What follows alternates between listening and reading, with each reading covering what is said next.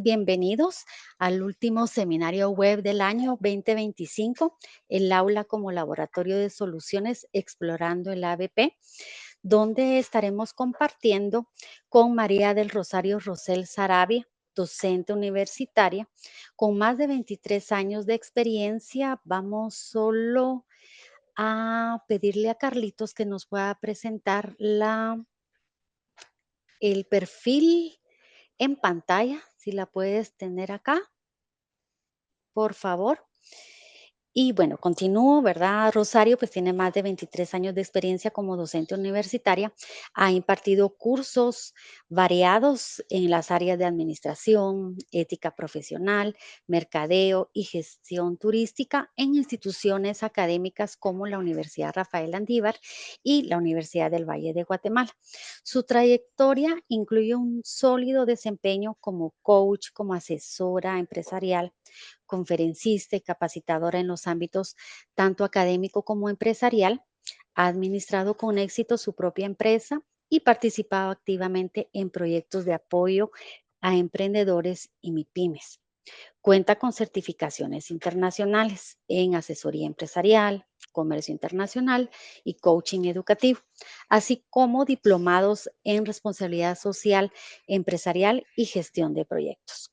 Se distingue tanto como persona a nivel personal y profesional por su dinamismo, empatía, capacidad de liderazgo y habilidades interpersonales, cualidades que fortalecen su labor en la facilitación de procesos de aprendizaje innovadores y colaborativos, razones por la cual le hicimos la más cordial bienvenida en este espacio donde ella pueda compartir su experiencia en la metodología de aprendizaje basada en problemas y, por supuesto, con nuestro fascículo del SEAS, ¿verdad? Sobre que aborda esta metodología, se dan algunas orientaciones a través de la mediación, algunos recursos que nos apoyarán en la aplicación eficaz de esta opción metodológica. Así que bienvenida, Rosario, bienvenidos todos y pues te dejo en este espacio de introducción previo a nuestra entrevista. Muchísimas gracias. Muchas gracias, Leslie. Muchas gracias por la oportunidad. Pues bienvenidos todos. Les agradezco mucho que estén por acá. Me cuentan si logran ver mi presentación. ¿Sí? Perfecto.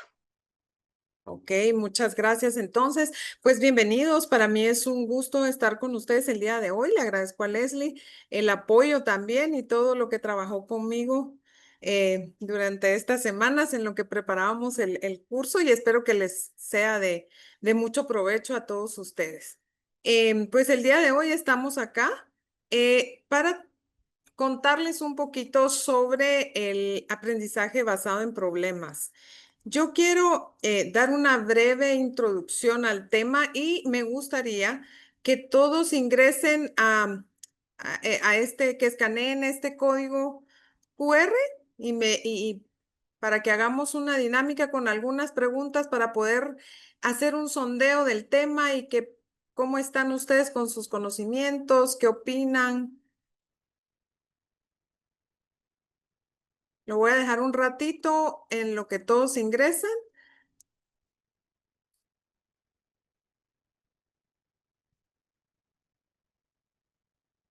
Si pueden reaccionar con un dedito, si ya están todos adentro, para poder yo irme. Gracias, gracias a todos los que están. em,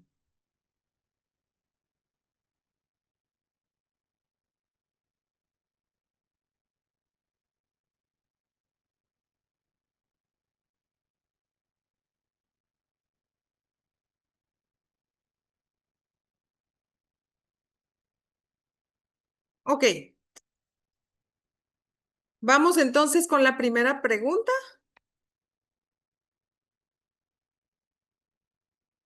¿Crees que los estudiantes necesitan nuevas formas de aprender? Si pueden poner solo sí o no. Tengo 9 respuestas, 18, muchas gracias, 21, excelente. 24, 26, de 34 que tengo adentro, faltan algunos todavía. Excelente. Bueno, pues claramente todos coincidimos en que los estudiantes que tenemos ahora en el aula necesitan nuevas formas de aprender. Vamos con la siguiente pregunta. Dice, ¿qué tipo de problemas cree que motivan más a los estudiantes a aprender? ¿Problemas reales, dilemas éticos, casos prácticos, retos de la comunidad y otros? Si alguno selecciona otros, pues me gustaría que en el chat me pusiera que otros.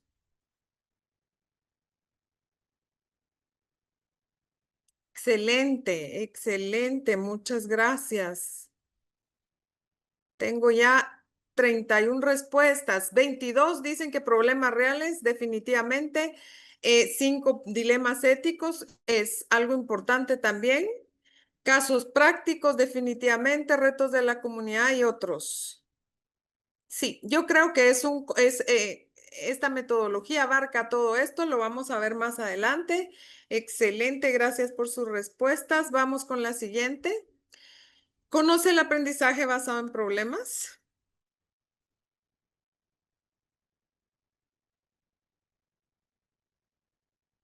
Buenísimo, tenemos solo dos, no, tres, no.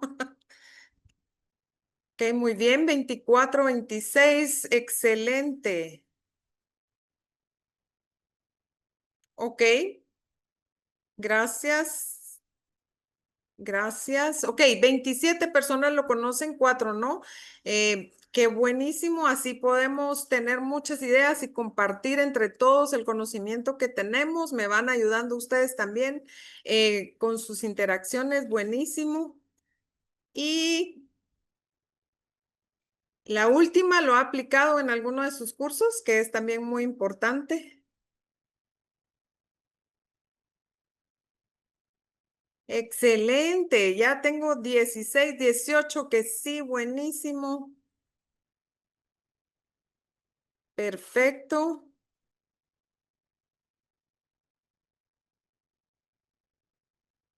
excelente. De 29 que han contestado, 22 personas sí lo han aplicado en sus cursos. 8 no, ¿ok? Muy bien, yo creo que después de que recibamos el curso se van a dar cuenta de que definitivamente lo han aplicado y tal vez no con la metodología correcta, pero sí creo que todos vamos a tener una idea general de lo que es el aprendizaje basado en problemas. Excelente, 24 sí, 8 no. Ok, muchísimas gracias a todos los que participaron. Vamos a continuar.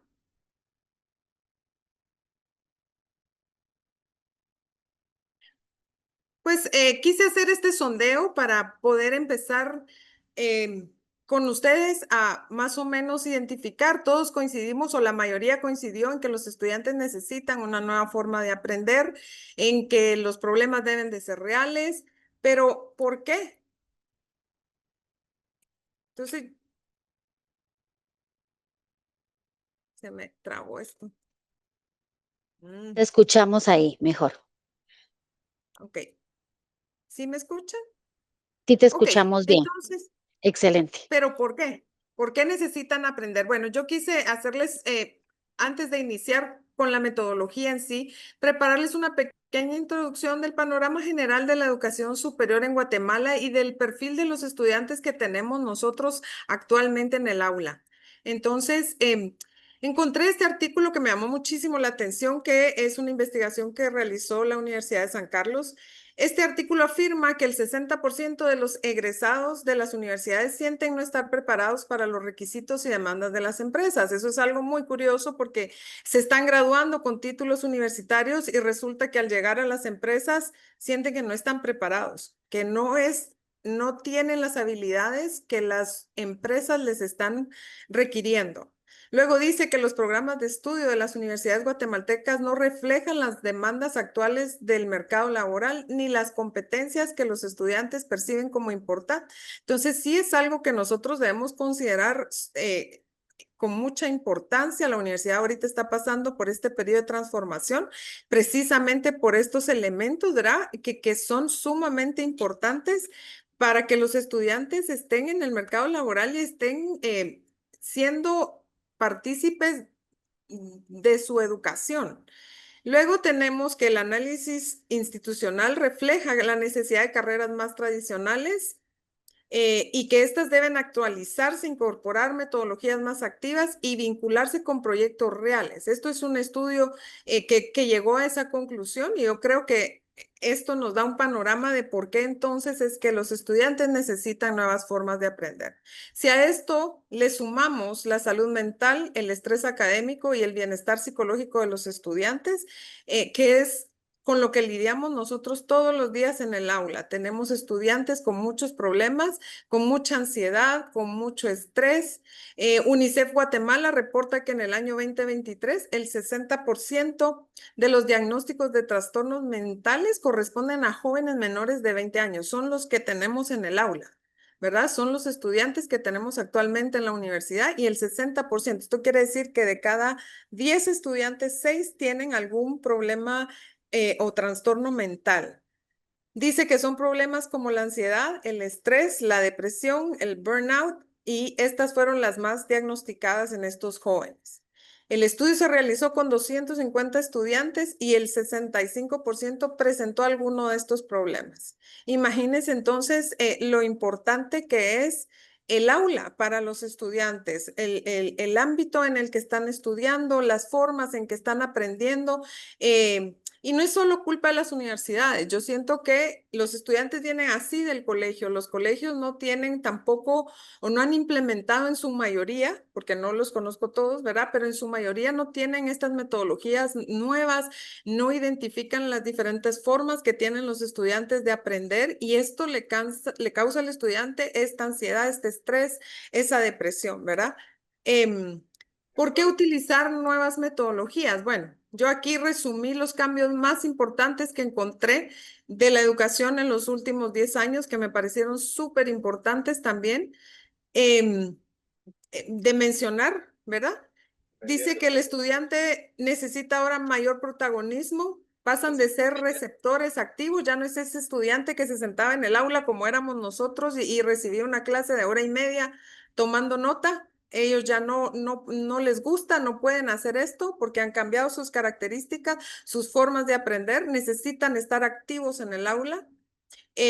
Dice que la integración de la tecnología y la digitalización al aprendizaje es sumamente importante. Ya no es una herramienta la tecnología, ya es lo cotidiano. O sea, nosotros, por nuestra generación, yo hablo por mí, ¿verdad?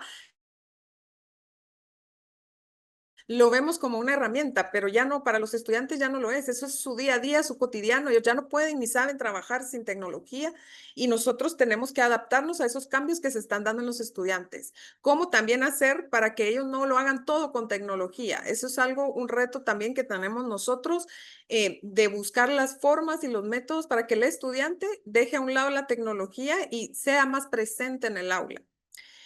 Dice que también han cambiado las expectativas en el mundo profesional. Quieren aplicabilidad, no solo teoría. Los estudiantes quieren saber que lo que están aprendiendo sirve, es real y se puede aplicar. Sí, no solo aprender teoría y teoría y teoría, como nos tocó a nosotros cuando estuvimos estudiando nuestra licenciatura, que era aprender, aprender teoría. Ellos ya no, ellos necesitan saber que esto se aplica, que es real lo que está aprendiendo y que les va a servir afuera, ¿verdad? También dice que hay mayor preocupación por la calidad institucional y la experiencia formativa, son más críticos y necesitan más redes de apoyo. El papel del docente, vamos a ver más adelante, que debe cambiar. Nosotros debemos transformarnos ahora en tutores, en personas de apoyo, en coaches, aunque no tengamos estudios de coaching, estar para los estudiantes, estar más presentes porque necesitan redes de apoyo. Apoyo de la universidad, de grupos a los que pertenecen de las instituciones, que ellos sientan y se sientan apoyados. Y uno de los últimos datos que tengo yo, que me pareció sumamente interesante e importante este estudio, la revista Times con Microsoft hizo un estudio en donde determinaron que el lapso de atención de los estudiantes es menor al de un pez dorado. Los pececitos dorados tienen un lapso de atención de 9 segundos. Los estudiantes ya solo tienen un lapso de atención de 6 segundos. ¿Qué quiere decir esto? Que están presentes 6 segundos, nos ponen atención, luego se van.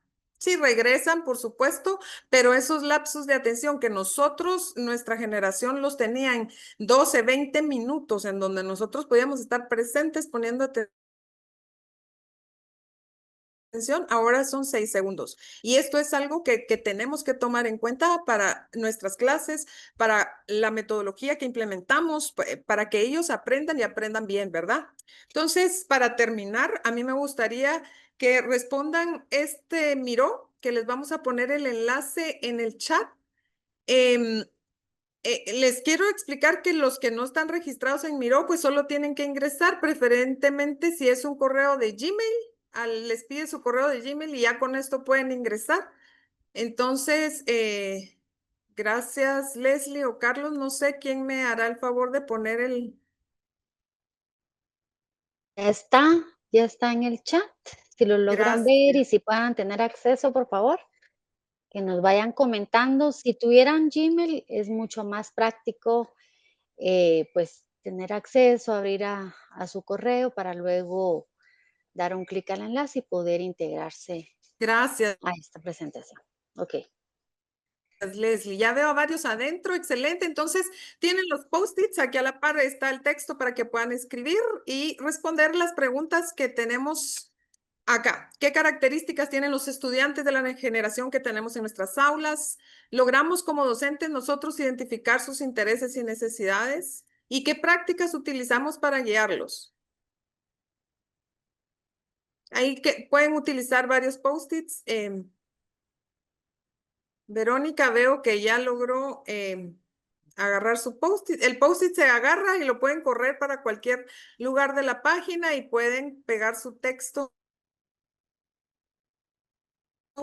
a la par donde está la T, del lado izquierdo. Ahí, ahí agarran su texto. Lo pueden ampliar el post-it también para que se vea mejor. Excelente, ya lograron entrar un montón. Pierden mucho la atención, dice por aquí. Excelente, muchas gracias. Tienen falta de atención. Excelente, Verónica. Si me los pueden ampliar, porque sí, no los miro mucho yo. Si los pueden hacer un poquito más grandes para irlos leyendo.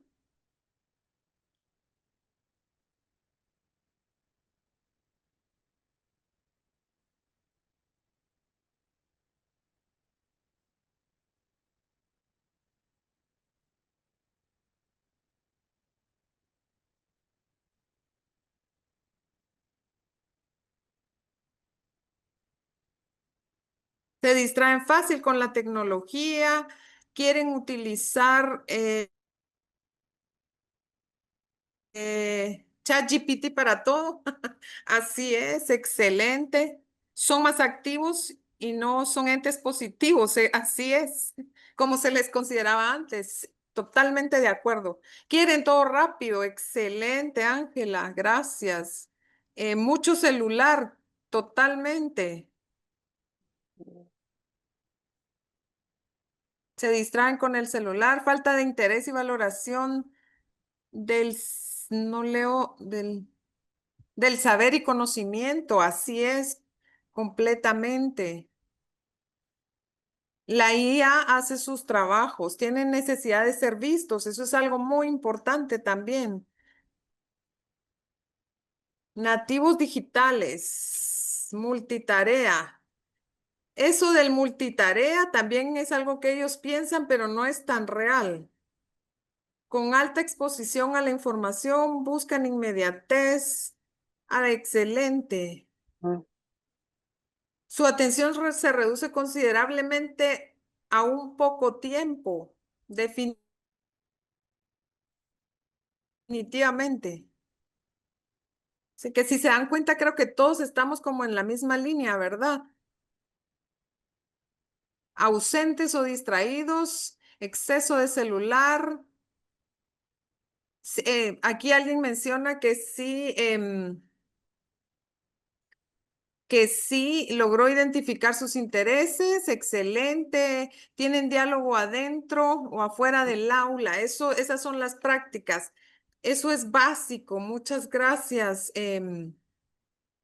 a quien puso esto. Ok, les agradezco mucho. Creo que todos vamos como por la misma línea. Falta de pensamiento crítico. Alumnos y docentes, dice. Sí, verdaderamente. Hay muchos docentes que aún nos falta también. Mucho que aprender. Que guiarlos con casos reales, sí.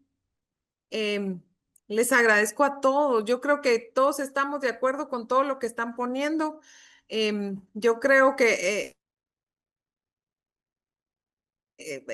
podemos resumir esto en lo mismo, era mucho celular, mucha tecnología, la inmediatez, su atención reducida, el celular. em, ok, excelente. Lo voy a dejar por acá para que ustedes sigan em, escribiendo y tal vez al final lo volvemos a revisar. Em, pero muchísimas gracias. Creo que gracias para todos por apoyarme. Creo que sí, coincidimos en todas estas. Entonces, qué buenísimo que todos sepamos el perfil del estudiante que tenemos y entonces esto nos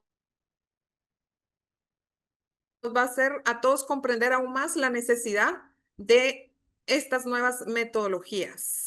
Lo dejo ahí abierto para quienes quieran continuar en el Miro.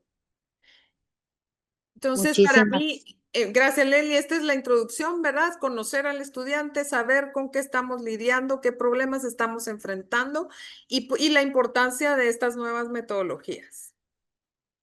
muchísimas gracias, Rosario. Ya con este panorama y vemos que todos estamos de acuerdo en las características que tienen hoy en día estas generaciones, ¿verdad?, de estudiantes en nuestras aulas, cómo a través de diversas prácticas y estrategias logramos ir identificando esos cuestionamientos, esas interrogantes, esos intereses y necesidades, que es básico para poder trabajar con ellos, para poder construir con ellos. Y eso es lo que esperamos, ¿verdad? El día de hoy, ir conociendo. Vamos como docentes adaptando, ¿verdad? De acuerdo a ese contexto, a esa realidad, las metodologías, ¿verdad? No todo es una camisa de fuerza, no todo es un ABC, vamos adaptándolas en esa experimentación pedagógica. Y entonces doy inicio a nuestro primer segmento de entrevista. Eh, Rosario, tú como docente universitaria y experta en el ABP, aprendizaje basado en problemas, ¿qué cambios has observado en la dinámica de la clase, ¿verdad?, en el aprendizaje de los estudiantes al implementar esta metodología? Eh, pues Leli, los cambios en los estudiantes para mí son muchísimos. Yo lo voy a resumir porque de verdad el cambio en la actitud en general de los estudiantes es de lo más importante. Más participación y motivación. Yo creo que si el problema es real y es retador para los estudiantes, esa es la clave, que el problema sea real y retador, los motiva y hace que participen más. Yo he encontrado que a veces me tocan estudiantes de diferentes carreras en los cursos que tengo y es buscarles problemas de su carrera, de su ámbito, ¿verdad? No es que yo soy administradora de empresas, entonces les busco y no, tengo estudiantes de hoteles y restaurantes, de marketing, y entonces esa es el buscar ese problema real y retador. Esto es lo que los participa y se emocionan y se ponen súper motivados. Yo tenía unos excelentes trabajos de los estudiantes donde de verdad los veo súper motivados. Mejora nuestra relación porque paso de ser la autoridad en el aula, digamos, y me transformo en su guía, su asesor, su tutor. Entonces, para mí esto es súper importante. Llega uno a conocer mejor a los estudiantes, tiene una relación más directa y abierta con ellos. Trabajan mejor y reconocen las actitudes y responsabilidades de sus compañeros. Yo creo que eso es importante. Siempre en los grupos hay alguien que no trabaja Y ellos solitos en estas metodologías creo que van identificando. Y si tú no trabajas, yo les doy libertad de que expulsen a sus compañeros que no trabajan y, ¿verdad? De que yo no les voy a resolver los problemas y entonces ellos solitos identifican estas actitudes, encuentran las formas de lidiar con los problemas en el grupo y entonces aprenden, aparte de la metodología, habilidades interpersonales de liderazgo, de comunicación, descubren características que no tenían o que no conocían que tenían, ¿verdad? Eso es muy importante también. Y por último, la retroalimentación es muy positiva. Por supuesto, siempre se hacen muchos tipos de evaluación en estas metodologías, pero yo los pongo a evaluar también la metodología y evaluarme a mí como su asesor, y los comentarios son buenísimos, ¿verdad? Incluso a la evaluación de docente final, desde que uno empieza a implementar estas metodologías y se transforma el aula y transforma, las notas son increíbles, de verdad. O sea, los comentarios muy positivos. ¿Por qué? Porque al estudiante le gusta estar activo, le gusta que sea práctico, que sea real. Y entonces, para mí esta es la respuesta de los estudiantes que yo más puedo, que el cambio en la actitud dentro del aula, les.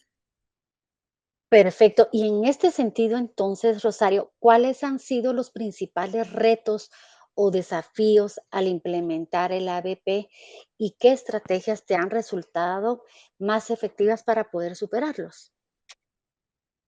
Bueno, el primer desafío que es muy importante es el mal manejo del trabajo en equipo. Cómo no hemos entendido bien, digamos, cómo medir el aporte individual. Eso es algo que para mí ha sido un reto muy importante. ¿Por qué? Porque ellos trabajan en equipo y en los equipos siempre hay personas que trabajan y otros que no. Entonces, ese para mí es uno de los principales desafíos, ¿verdad? De poder medir el aporte de cada uno de los integrantes, el involucramiento, la motivación que tiene el estudiante, quiénes tienen más ahora que vamos a entrar por competencias, ¿verdad? ¿Quién realmente adquirió la competencia dentro del equipo y quién no? Eso es uno de los desafíos más importantes. Luego que algunos estudiantes, aunque no lo creamos, sí tienen resistencia al principio cuando las metodologías son nuevas, cuando hay un proceso tan estructurado al principio, sienten ellos, ¿verdad? Tienen resistencia, vienen de colegios donde todas sus metodologías son así, son cuadrados, esquemáticos, ellos sienten que es lo mismo y ahí es donde ellos tienen esa resistencia. Entonces es un desafío para uno de docente romper esa barrera, bajarles esas paredes que ellos suben. Ese es otro desafío. Y para mí el tercer desafío es cambiar mi papel de protagonista a tutor. Nosotros estamos acostumbrados a ser el protagonista, ¿verdad? Estar enfrente del aula, dando todo mi conocimiento y todo mi saber y ellos tienen que escucharme. Y realmente ese papel, pues en estas metodologías no funciona así. Nosotros nos transformamos en tutores.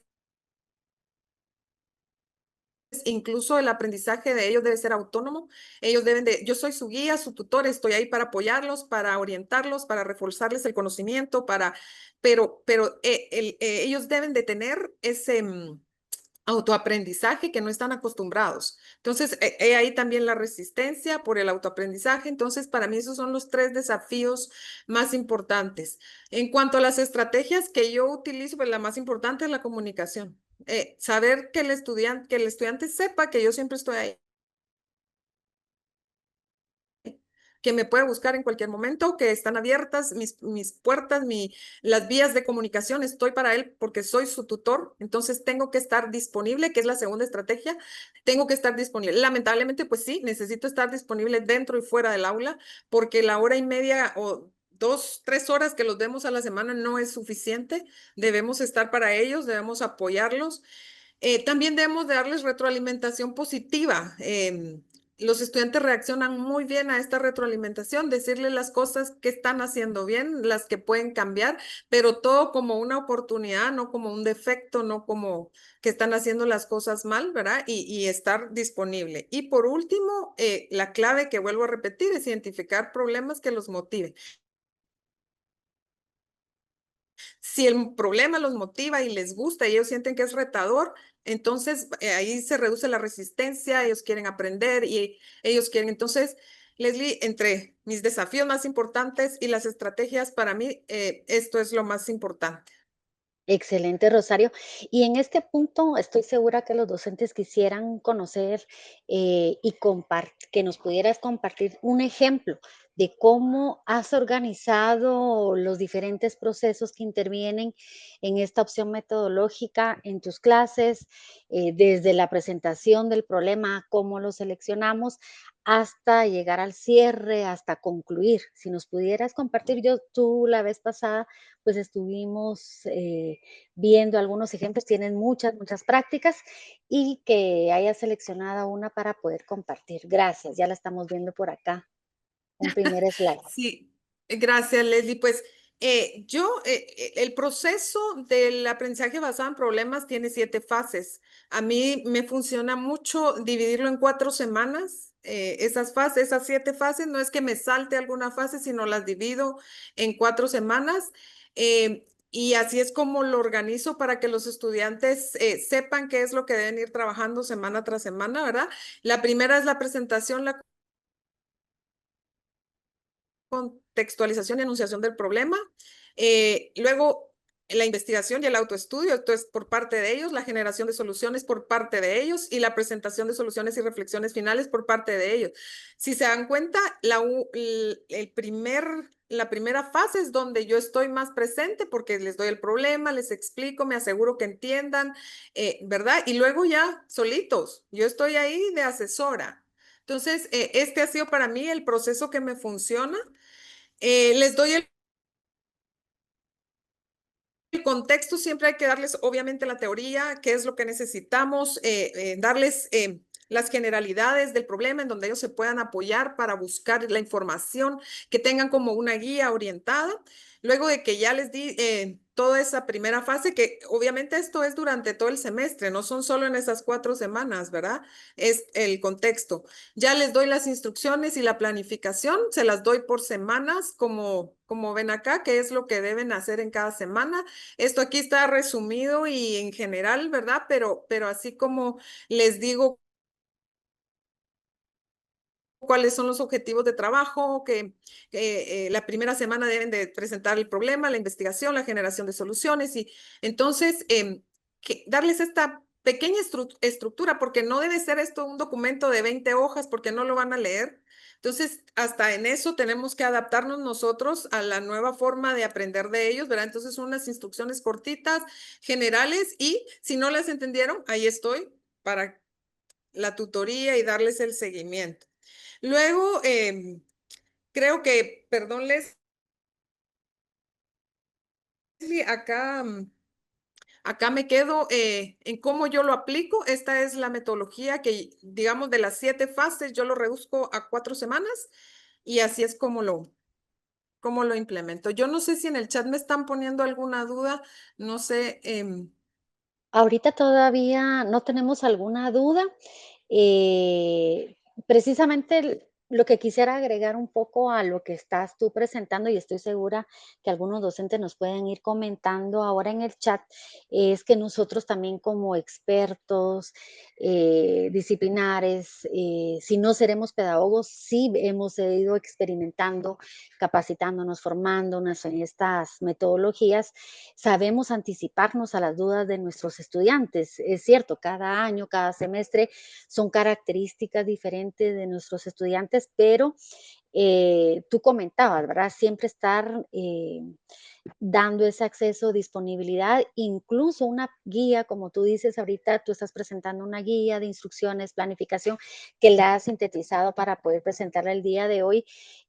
Nos podemos anticipar a las dudas que puedan tener nuestros estudiantes, entonces vamos a ir haciendo algunas aclaraciones en el documento en lo que llega esa comunicación persona a persona o esa comunicación a través de un correo o a través de todas las herramientas que tenemos en Teams y en Moodle, ¿verdad? Que podemos tener a abrir algunos recursos como chat, como foros, donde podemos ir integrando preguntas de los estudiantes que son dinámicas que nos refuerzan estas estrategias que tú estás comentando, ¿verdad? Estar disponibles entre docentes, estudiantes, entre los propios estudiantes, van también compartiendo, a veces hasta siento que los escuchan más a ellos por ser sus compañeros, entonces ir implementando estas herramientas, ¿verdad? Para poder trabajar y lograr esa de total disponibilidad para ir desarrollando con éxito este tipo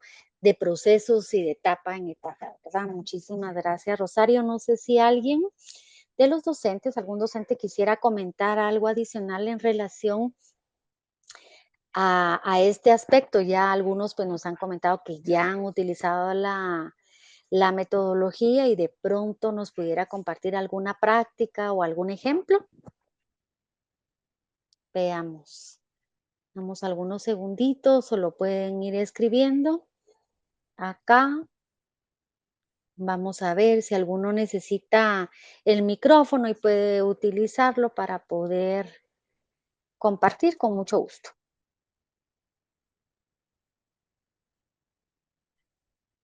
Vamos a ver acá.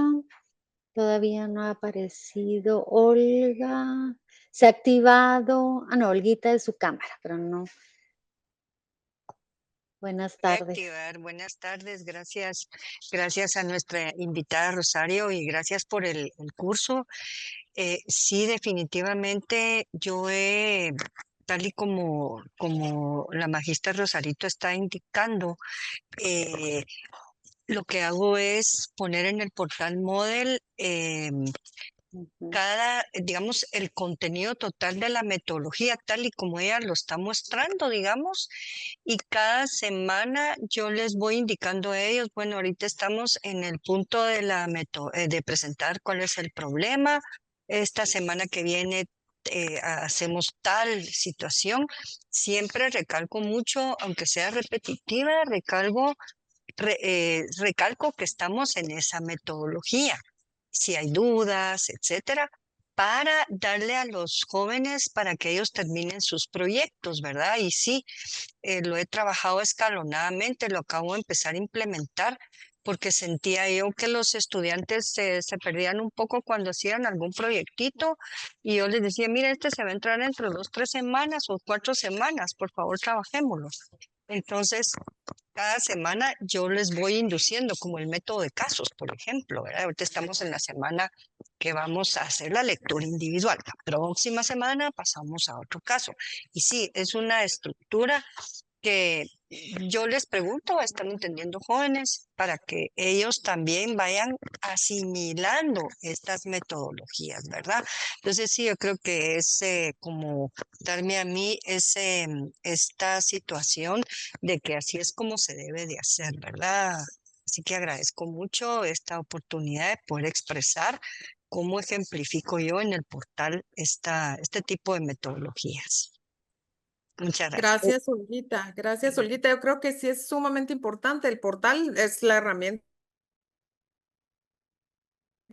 que todos tenemos básica, tiene muchísimas cosas que no, a veces no implementamos nosotros, pero sí, por supuesto, va acompañado del portal, de instrucciones en el portal, siempre de la mano, nuestro correo habilitado. Sé que a muchos docentes no les gusta dar su WhatsApp, pero creo que para mí personalmente es importante. Yo sí les pongo restricciones de horario, les digo que de 8 a 5 me pueden escribir en mi WhatsApp, ¿verdad? Y ahí resuelvo todas las dudas.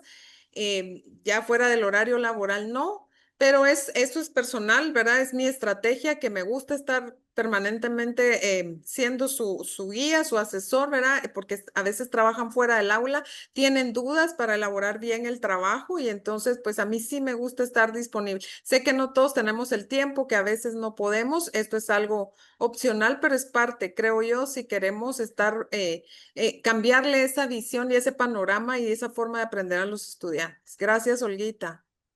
Muchísimas gracias, Olguita. Y en relación a esta pregunta Con gusto. también me parece interesante una pregunta de Rodolfo Marín. Dice, ¿cómo te ha ido en las asignaturas de formación integral, ética profesional en relación a la ABP? Y precisamente tú estábamos comentando los diversos cursos que has dado sobre expresión y todo. Si nos pudieras comentar ese contexto, respondiéndole a Rodolfo Marín, muchas gracias. Sí, pues en ética, pues ya no la doy, lamentablemente me encantaba dar ese curso, lo di por muchos años en la universidad, pero actualmente doy cursos como taller de expresión profesional y taller de habilidades directivas y de verdad no saben lo que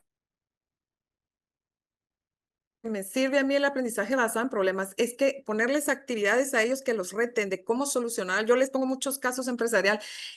Una de las ventajas de esta metodología es que el problema no tiene que ser, o sea, tiene que ser real, pero no tenemos que trabajar y buscar una empresa ¿verdad? Sino podemos nosotros aprovechar toda la información pública que tienen las empresas. Entonces, a mí sí me gusta muchísimo implementar y los jóvenes de verdad sobre todo en estos cursos donde ellos tienen más libertad y pueden ellos mostrar sus habilidades de expresión, sus habilidades blandas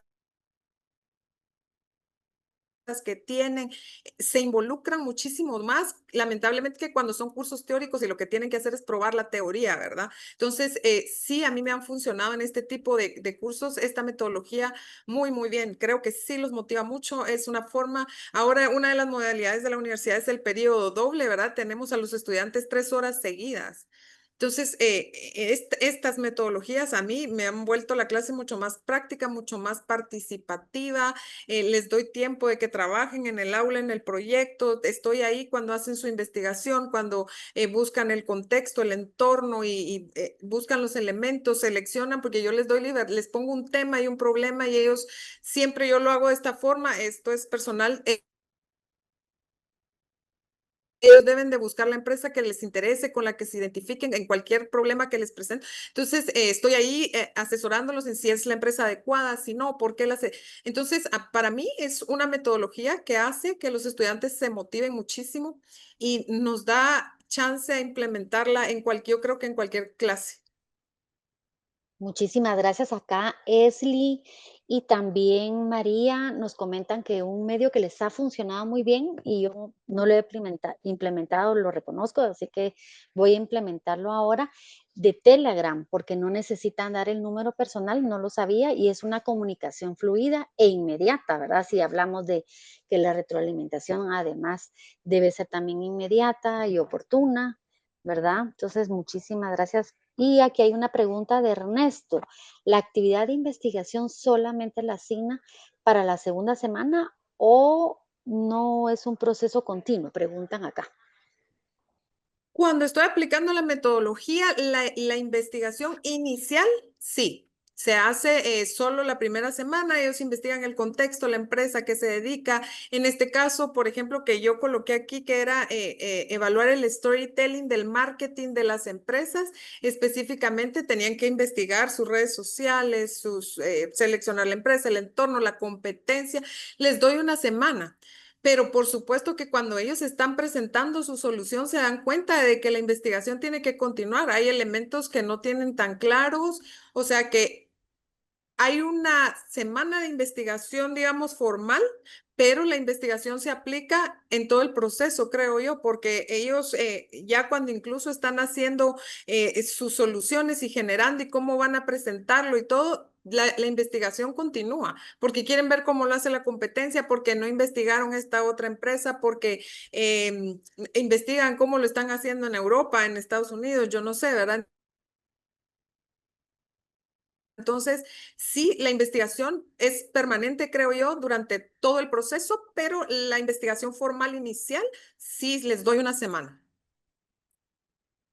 Muchísimas gracias, Rosario. Acá me parece un comentario muy pertinente de Alvarado, donde ella habla también que el buscar herramientas donde también, así como reconocimos hoy los problemas emocionales que puedan tener nuestros estudiantes, también reconocernos a nosotros como docentes, ¿verdad? Que en algunos momentos algunas de estas herramientas nos pueden abrumar y entonces tratar de ir evitando, ¿verdad? Entonces, yo creo que es parte de todo, ¿verdad? Somos actores de todo un proceso, ¿verdad? Donde obviamente el docente también es parte integral y eso me lleva a la última pregunta de este segmento. ¿Cómo se transforma entonces el papel del docente en un aula donde trabaja ABP en comparación de un aula donde se trabaja un modelo tradicional?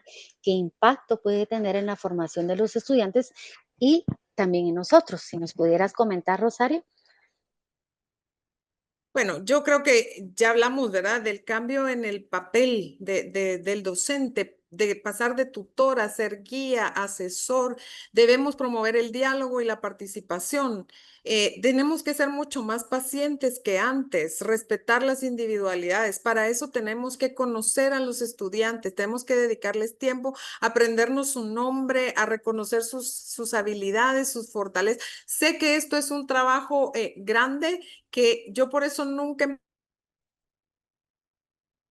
empiezo el semestre directo con este proceso del aprendizaje basado en problemas, sino lo hago a partir de medio semestre donde yo ya conozco al estudiante, conozco su personalidad. Intento, ¿verdad? Porque a veces con 40 estudiantes es bien difícil, nos cuesta muchísimo, pero generalmente uno en los grupos de trabajo ya identifica medio semestre quién es el que trabaja, quién es el que no trabaja. Entonces, eso es bien importante también. El estudiante es el nuevo protagonista. Yo sé que a muchos no nos gusta porque yo soy el que sabe, yo soy el docente y ellos no saben nada, pero tenemos que cambiar ese chip que tenemos en la mente de que nosotros seguimos siendo los protagonistas. Yo creo que ahora es un coprotagonismo en donde el estudiante está a la par de uno trabajando de la mano. Yo estoy de su asesor, de su guía, y eso es algo que es difícil de aceptar, pero si queremos que funcione la nueva metodología y ganarnos a los estudiantes y hacer que aprendan de verdad, porque aunque a ustedes no les guste, el dar la clase teórica de hora y media, ellos escuchando no están aprendiendo nada. Ya no. Ya no aprenden, de verdad. Y lo pueden probar con evaluaciones, con exámenes, en donde se dan cuenta que esa metodología ya no nos funciona. Debemos orientar la memoria, dice, hacia la comprensión, aplicación y transferencia. Ya no es las clases memorísticas donde queremos que los estudiantes se aprendan todo de memoria y lo repitan como loritos, como en un momento lo hicimos nosotros, ¿verdad? Ahora los estudiantes necesitan comprender lo que están aprendiendo, aplicarlo y ellos poder transferir ese conocimiento. Al final, a mí lo que me gusta mucho de esta metodología es que ellos son los que plantean las soluciones, se dan cuenta de lo que saben y el conocimiento que tienen y que ellos pueden resolver problemas reales. Eso es lo que les da la satisfacción. Em, También desarrollan competencias que se necesitan en la vida laboral real, ¿verdad? Ellos se dan cuenta que ahí es donde forman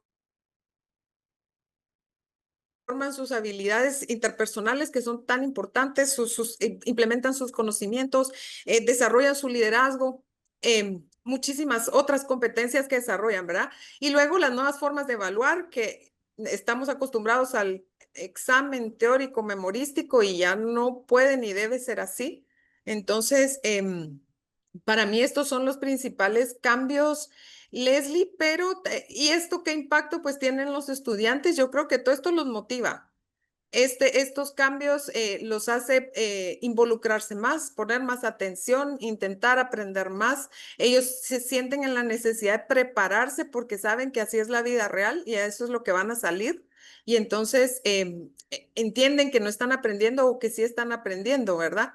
Y eso es lo que les motiva y les impacta de mayor forma. Eso, y este aprendizaje basado en problemas es cortito, no es algo abrumador, que sea todo el semestre y que sea un trabajo largo, ¿verdad? Lo podemos incluso en un semestre implementar varias veces. Y eso es parte de lo que a mí me gusta de esta metodología. Muchísimas gracias, Rosario. En este sentido, aquí Alvarado nos comenta sobre cuáles serán esas nuevas formas de evaluar.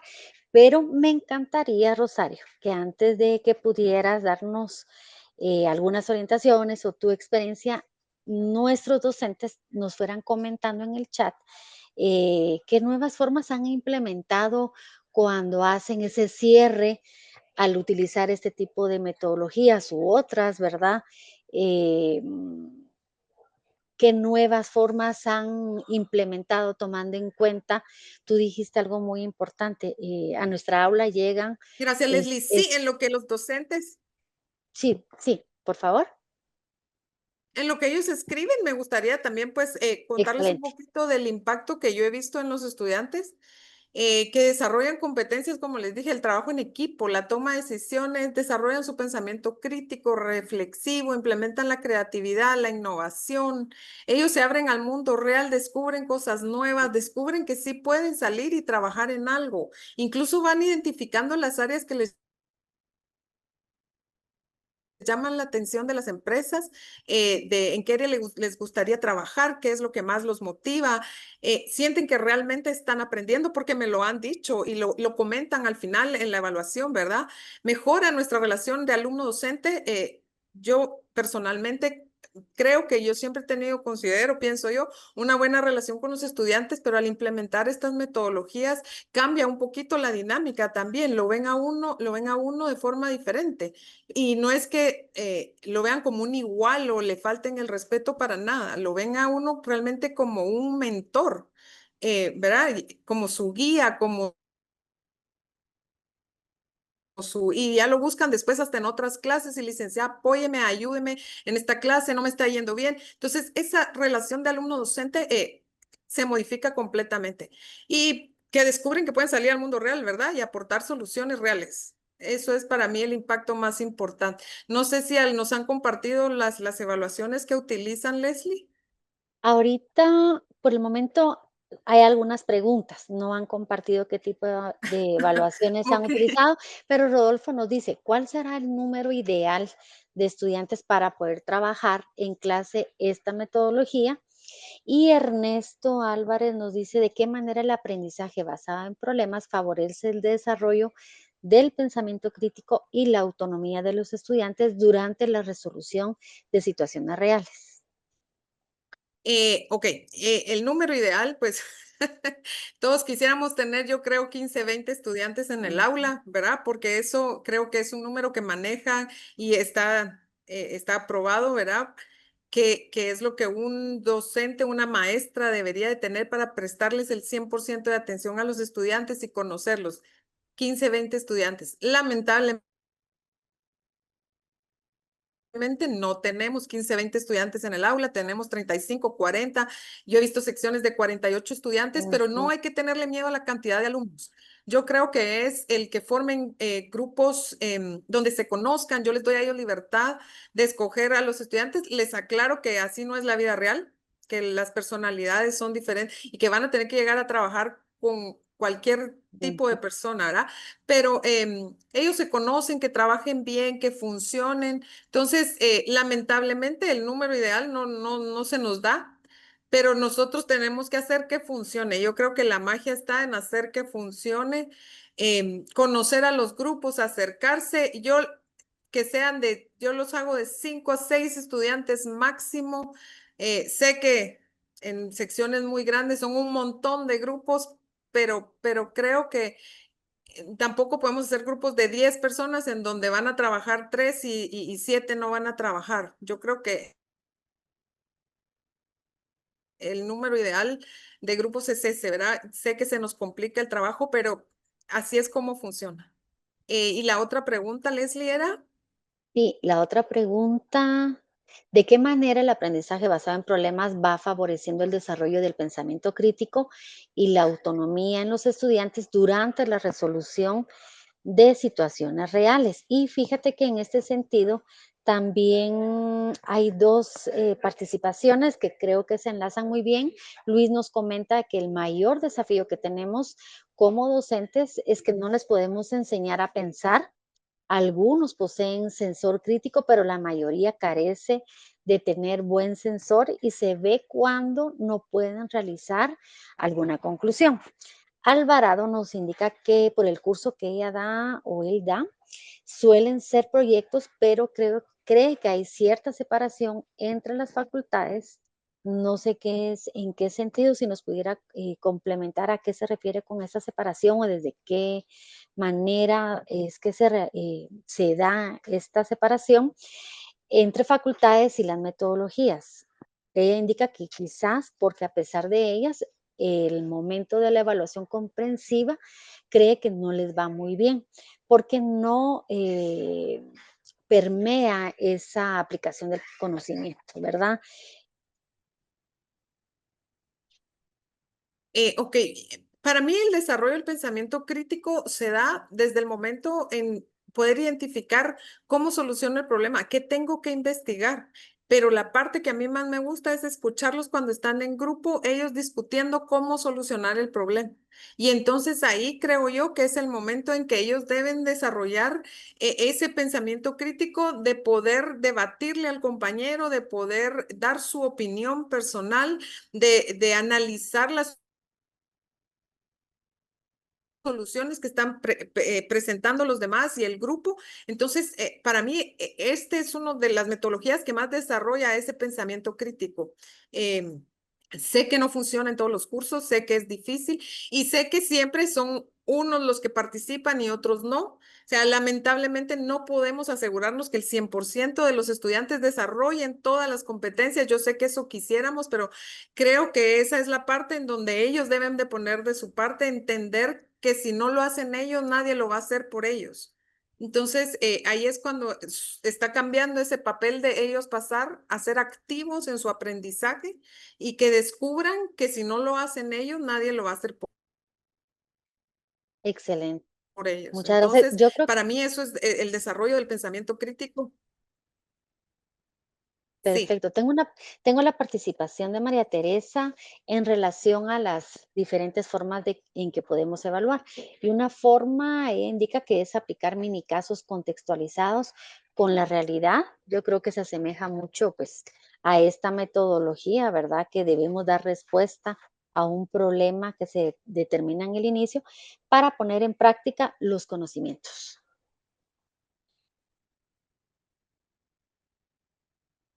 Rodrigo también indica que esta conferencia o capacitación le está resultando muy interesante porque estamos tratando la problemática cotidiana en nuestro proceso de docencia facilitador. La magíster Rosel está tocando aspectos reales de la experiencia al interactuar con nuestros estudiantes. gracias, sí, gracias. Muchísimas gracias. Y ya con la participación de todos, pues vamos a iniciar nuestro segundo segmento. ¿Te parece, Rocío? Sí, sí, Rosario, gracias. perdón. ¿Les Gracias. parece? Em, y va en función, vamos a dar un pequeño giro, pero seguimos con esta temática, pero vamos a abordar ahora lo que es el fascículo. Tú has ya trabajado con el fascículo. Me gustaría que me comentaran en el chat si ya conocen el fascículo publicado por el SEAT sobre metodología aprendizaje basado en problemas, ¿verdad? Que es un enfoque metodológico activo. Si ya lo conocen, cuando se matricularon, ya tienen acceso al curso, se les descargó también este fascículo, pero también tienen acceso desde la página web del SEAT, información docente. Podemos tener hasta ahorita toda la producción que tenemos de fascículos, ¿verdad? Que vamos en 3 series, una de ellas, y es la que estamos abordando hoy, que es sobre metodologías activas. Tenemos evaluación, que es un tema que veo que también les ha llamado mucho la atención. Tenemos varios módulos que toca este tema, sobre todo la evaluación por competencias, que pues de eso es uno de nuestros principios o pilares del nuevo modelo educativo, ¿verdad? El trabajar y evaluar por competencias y también lo que es la innovación educativa. Entonces acá nos dice Alvarado que ya lo descargó, pero todavía no lo ha leído con profundidad. Olguita nos dice, desde luego, es muy orientador y este fascículo, excelente, Olguita. Ileana todavía no lo ha leído a profundidad. Rodolfo dice que ya conoce este fascículo, pero todavía le falta leerlo y profundizar. Entonces, para ir acompañando y motivarlos a que profundicen y exploren este recurso, me gustaría que nos comentara, Rosario, si hubo algún enfoque, alguna estrategia o algún ejemplo que te resultara especialmente útil o inspirador para poder aplicarlo e incorporarlo a la metodología, a la forma en que lo has estado implementando, o cómo ya has pensado si ya lo has adaptado al contexto educativo actual. Con gusto, Leslie. Yo les voy a ser honesta, para mí fue diferente aplicar la metodología. Ya había recibido el curso y la implementé y luego leer el fascículo y volver a implementarlo es completamente diferente.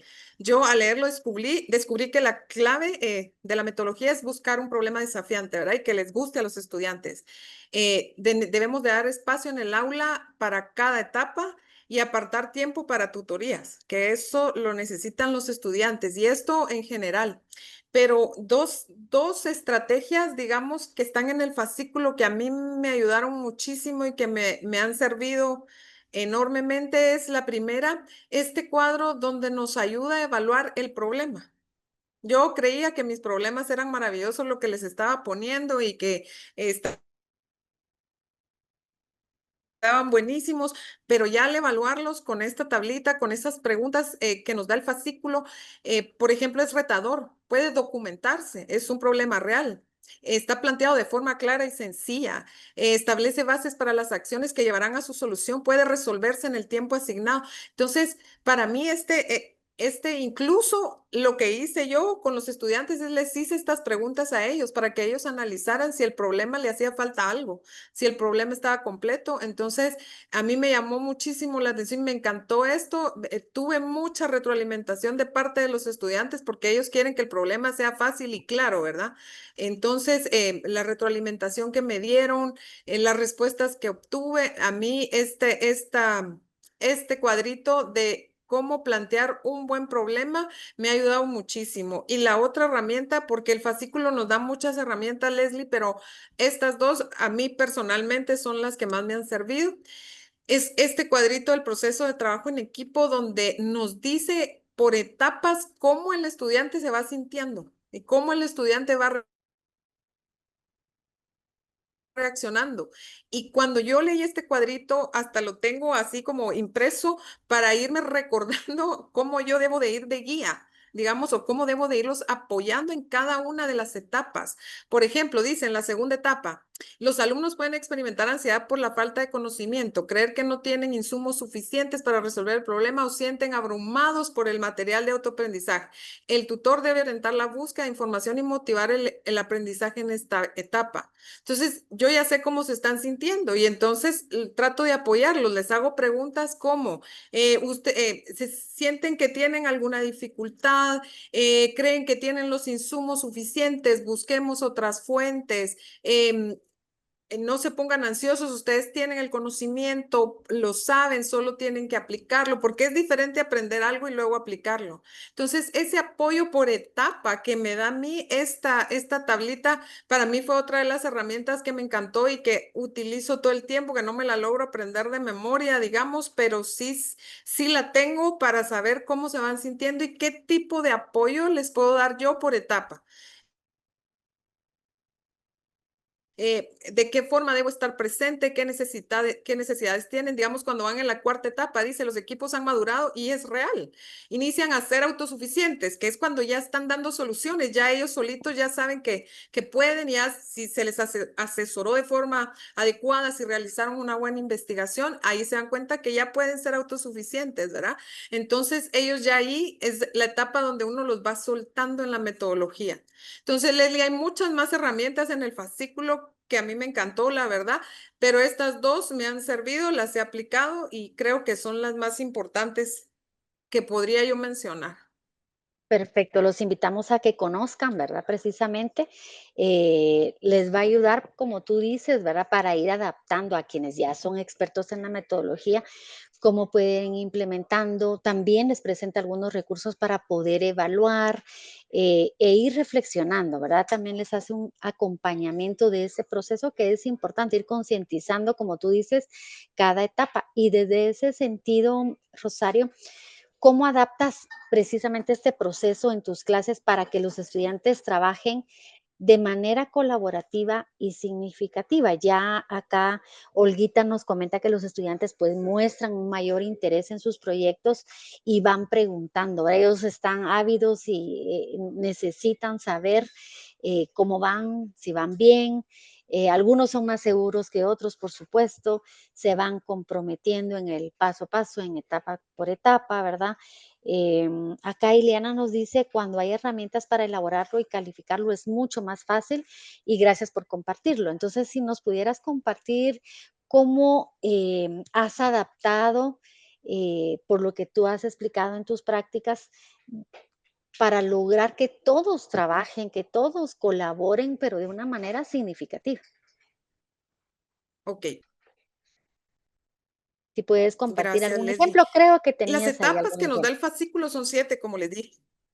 Sí. Sí, sí, sí, Leslie, perdón. Las etapas que nos da el fascículo son 7 etapas. Como les digo, yo las comprimo y lo trabajo en 4 semanas. Ujú, De esta forma, con las instrucciones que ya les puse anteriormente, em, los voy trabajando de la mano, digamos, para que su trabajo sea más significativo. Yo les voy a explicar un ejemplo de cómo lo apliqué. Tal vez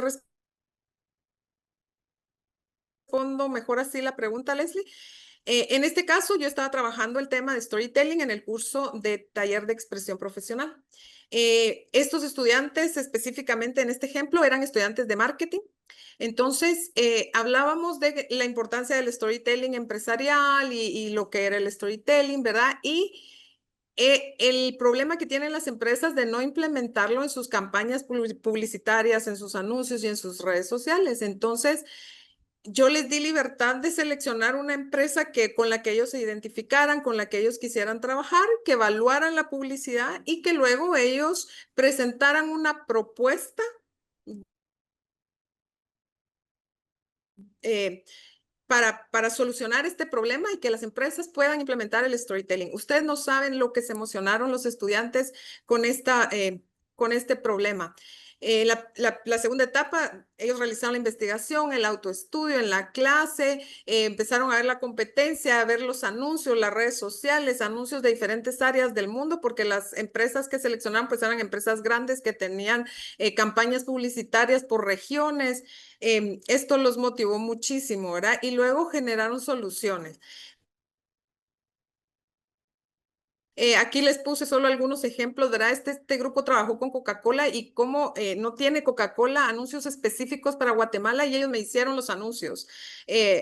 Dice, cuando Guatemala se llena de maletas, carreteras y tradiciones. Entonces, una Coca-Cola en Tikal, la otra está metida a medio lago de Atitlán, ¿verdad? Hay una bebida que siempre va en el camino sin importar el destino. mm, Y termina porque donde hay vacaciones hay Coca-Cola. Entonces, eso es el storytelling, ¿verdad? Contar una historia que llena de sentimientos, que despierte en el lector algo.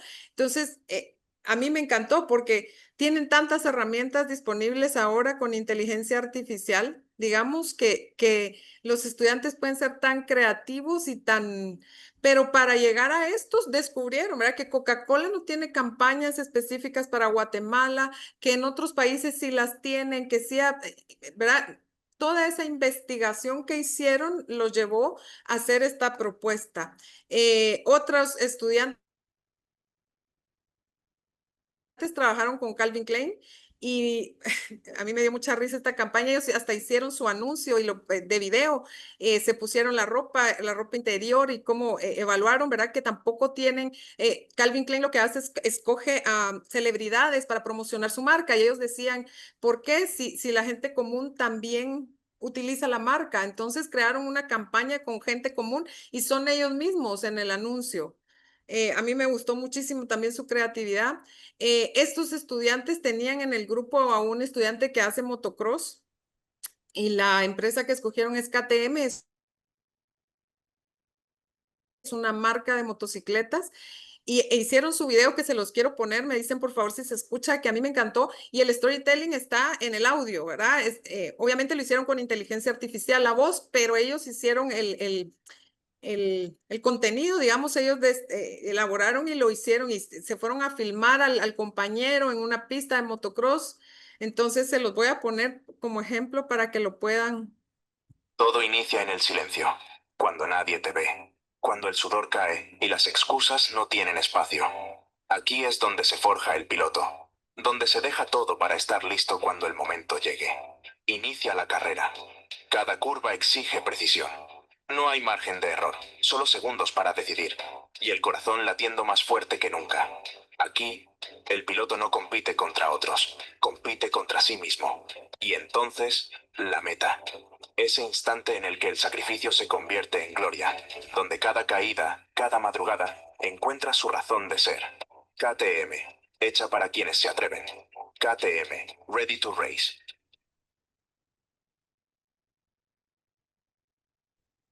Todo inicia. Entonces, este es otro ejemplo que a mí me gustó muchísimo por lo que dice. Ellos se motivaron un montón, o sea, de verdad no saben lo que les gustó la problemática. Son estudiantes de marketing, obviamente, y entonces esto de la publicidad.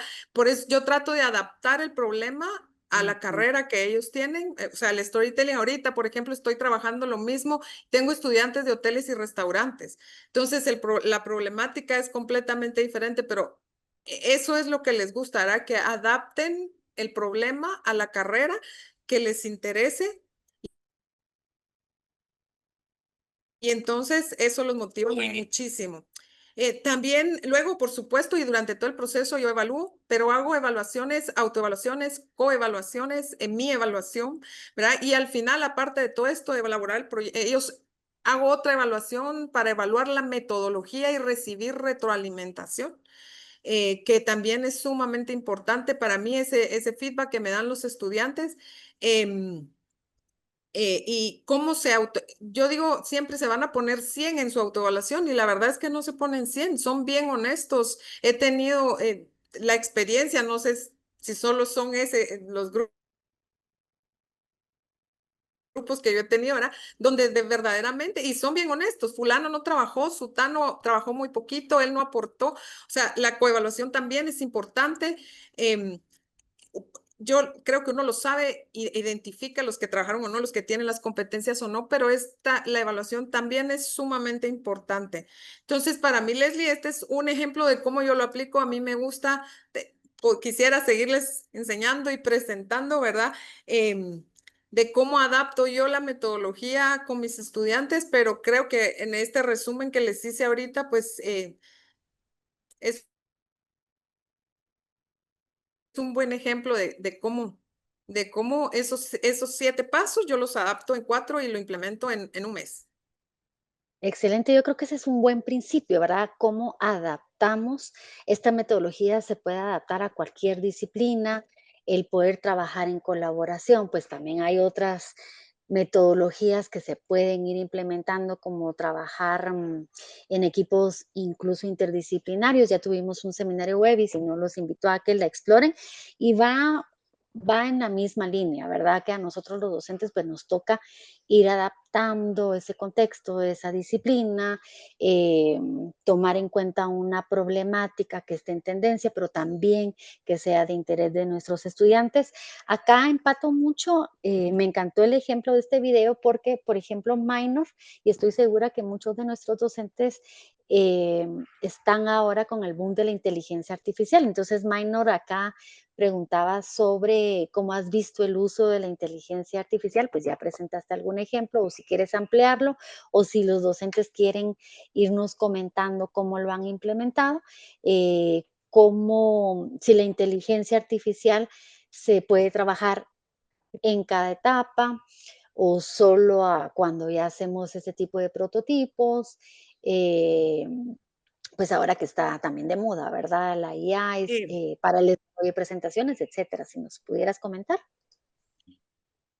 Pues sí, Leslie, yo personalmente no peleo ya con la inteligencia artificial, yo trato incluso de implementarla, los dejo usarla.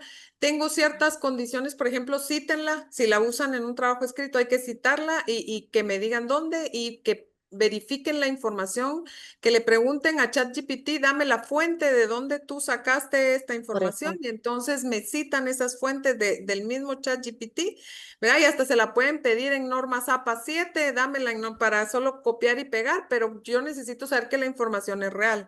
En mis cursos, por lo que yo doy, los dejo mucho ser creativos y que la usen. Por ejemplo, el video, yo vi el script que le hicieron a la IA del anuncio, me lo entregaron a mí ellos por escrito y lo trabajaron en la clase. Entonces ellos, la voz y ya el video y todo eso lo hicieron con inteligencia artificial. A mí me parece genial. Eso es lo que van a ir a hacer en las empresas realmente. Entonces yo no, personalmente no peleo. Sí trato de limitárselas, trato de verlos investigando. Les pongo a hacer a veces trabajos en escritos en el momento. Trabajo mucho con post-its y cuando están ideando las formas de encontrar la solución, ¿verdad? Que les llevo yo el cartel, que peguen los post-its y que pongan ahí todas las ideas locas que tengan. O sea, sí trato de que haya momentos donde ellos se separen de la inteligencia artificial, pero no peleo con ella. Yo sí los dejo que la apliquen y todo, pero sí soy muy clara. Díganme cuál hicieron. Incluso les pido que me den el prompt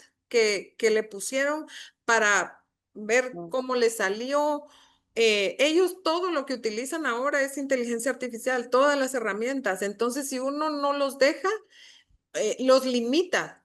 Creo yo, nuestro deber es nosotros capacitarnos, saber cómo permitirla, encontrar lineamientos de su uso adecuado, pero yo sí peleé mucho tiempo al principio con la inteligencia artificial, yo no entendía por qué todo era inteligencia y que ya no querían pensar, decía